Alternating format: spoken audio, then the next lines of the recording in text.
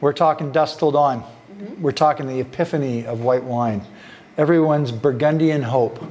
But in our story, it's just telling the story of Chardonnay. You know what I mean? Chardonnay is a fantastic grape. It's demure. It's not aromatic. It tells more of a sense of place from its texture and its mouthfeel than it does from its exuberance in the glass. And that's the one thing that I've always struggled with from an Australian standpoint with us, is a lot of winemakers, we talk about our winemaking artifact with Chardonnay and not what about we do in the vineyard to make sure we get quality fruit. So for me, it's always about fruit first, winemaking artifact second. Yeah. And this is our expression of that. Dusk till dawn, cool label. Talking to our printers and stuff, we came up with some phosphorescent ink. So the moon and the stars on the label, if you actually put it out under bright light and then take it in a dark room, it glows in the dark. So it's kind of funky that way, kind of cool, gimmicky, I understand. But Adelaide Hills is one of those areas. It is the area of South Australia that has the oldest Chardonnay planted vineyards. And this vineyard is one of those. And it's telling that history, that story. We are the youngest country in the world producing Chardonnay. Most of our vineyards were only planted in the late 70s. Yeah. So Chardonnay, again, not an aromatic variety, it's a textural variety.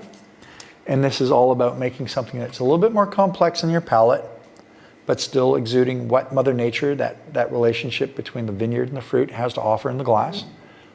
And it's all about food friendliness. Chardonnay is about food friendliness. It's about sitting down and eating and drinking, doing the same thing. Wine is food. So we're going to put this in your glass and give it a try. This is our 2019 vintage. Again, we don't spend a lot of time or effort or money on winemaking artifact. It's about getting the purity and the balance and that story of the fruit in the glass. Yep. And then using some of that barrel aging characteristic to help round out what the fruit has to offer. Mm-hmm.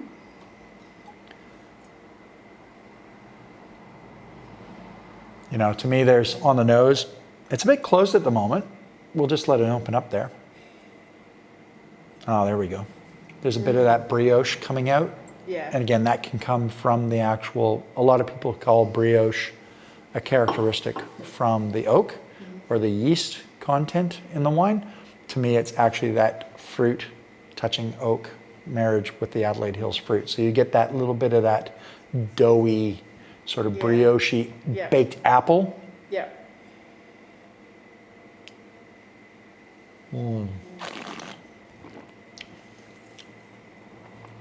But linear acidity, you know what I mean? I want line and length. When I always talk about Chardonnay or sparkling wines, actually any of our wines, we talk about acid rails. We want acid structure from start to finish. We want that complete mouthfeel and texture. The richness and roundness will come with the fruit naturally with each of the grape varieties. It's about creating that pathway, you know, that railway for the fruit to come into your mouth and finish.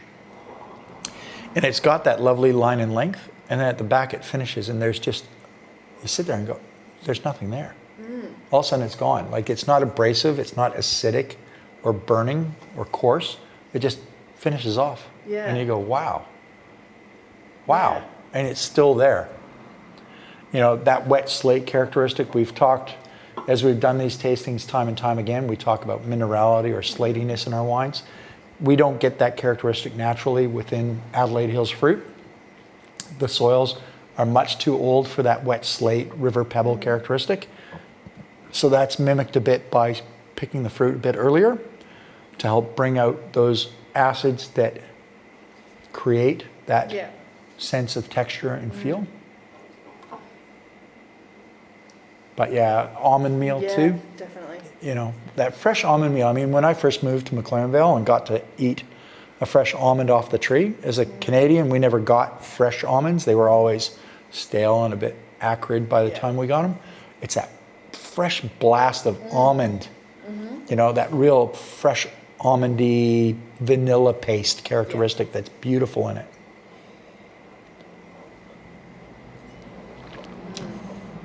That's a great food wine. You want to sit down with that and just a roast chook. You know, Barossa roast chook with fresh tarragon and rosemary in it. All those herbal characteristics, they play in the glass a bit. There's subtleties in there. You get a bit of that herbal edge, if I say it to you, you'll see it, but you're not getting smacked in your face with that fresh herbal load. It helps build a little bit. It's a demure wine. It's elegant, and that's what it's about. This is a fantastic little food-friendly, drinkable wine that you want to sit down to. Again, white meats. You can sit down with a bit of fish. Yeah. You know, soft cheeses. You know, woodside brie with this. Oh, yum. Should be good. So again, when we look at our white fruit, we tend to harvest very late at night or very early in the morning. So we start harvesting Chardonnay from dusk till dawn. The reason we do it is because the vineyard is planted as Chardonnay and Pinot Noir. We harvest at that really middle of the night, basically, with Chardonnay to ensure that we get lovely, crisp, tight acidity. The fruit's gone to bed, it's nice and tucked in, and when we get it, we got the nice balance of the TAs and the actual acids in the wine. And then as the sun comes up, we transition across from Chardonnay into Pinot Noir. And that allows us with the Pinot, which is called Dawn Patrol, because we start at dawn, to use the light to be able to take off those green berries and those shoulders, which we don't want when we're making Pinot Noir. And that's it. That's really where those names come from. To me, it's a perfect name to fit a perfect wine. Enjoy. Cheers. Cheers.